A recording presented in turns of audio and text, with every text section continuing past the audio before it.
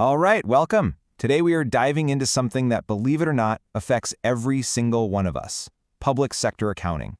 It's the whole system that's supposed to answer a really important question. You know the feeling, right? You pay your taxes, and then, where does it all go? Is it fixing that pothole down the street? Is it funding schools? It can feel like you're just dropping money into a giant black box. But what if I told you there's an entire system, a whole rule book, really, built specifically to follow every single one of those dollars and give us an answer? Well, that system is real, and that's what we're going to break down today. Think of this system as the bridge connecting the money you work hard for and the services your government provides. It's the mechanism that's supposed to tie your contribution directly to the public good. So, what is this thing actually called? Let's get a really clear definition down just so we're all on the same page. Okay, so the formal definition is the process of recording, classifying, summarizing, and reporting the financial transactions of government organizations. I know, that's a mouthful. So let's make it real. Imagine your town wants to build a new park. Public accounting is the official logbook that tracks every single dollar, from the taxes collected to pay for it, all the way to the final receipt for the playground swings. And listen, this is not just a suggestion. This whole thing follows very specific, very strict legal and professional guidelines. It has to. The entire point is to create a process that's trustworthy, open, and holds our elected officials accountable for what they do with our money.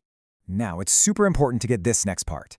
Accounting for a government is not, and I mean not, the same as accounting for a company like Apple or even your local corner store.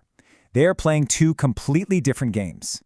And here is the main difference, right here. A private company, its main goal is to make a profit, period. But for our city park, the goal is public service. The big question isn't, did we make money on this park? It's, did we build a safe, useful park for the community, and did we do it on budget? See? Totally different mindset. And that service-first mission leads to all these other unique things. It's incredibly rule-based because you can't just spend public money on a whim. The budget isn't just a goal, it's basically the law. There's this huge focus on stewardship, which is just a fancy way of saying they're supposed to be responsible caretakers of our resources. And finally, pretty much everyone is a stakeholder, from you and me to the people in Parliament. Okay, so with all these unique quirks, what is this system actually trying to do? What's the point of it all?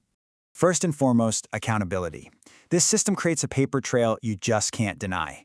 For our park, it means there's a clear record that says the City Council approved $1 million, and here's exactly line by line how that million was spent. Officials have to answer for those choices.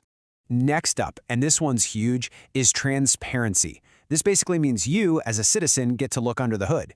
You should be able to find the financial reports for that park project and see for yourself that the money that was supposed to buy a new slide actually bought a new slide.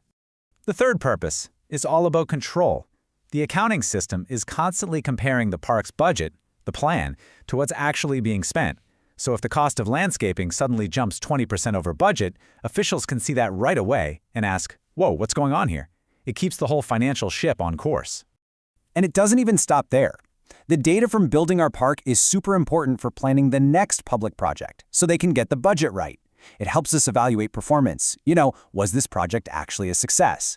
And it's absolutely critical for protecting public assets and making sure funds don't get misused. This all sounds great in theory, but it brings up a really good question. Who is actually looking at all this information? I mean, who are the real users of these reports? Well, it turns out a very broad audience is watching. We, the citizens, use it to see if our government delivered what it promised. Legislatures use it to approve future budgets.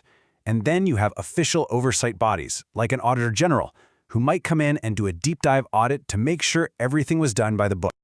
Okay, so we've covered the what, the why, and the who. But let's zoom all the way out now and talk about the big picture. Why does having a strong, reliable public accounting system really, truly matter? Because look, this is about so much more than just balancing the books. A solid system is what promotes good governance. It's what builds public trust.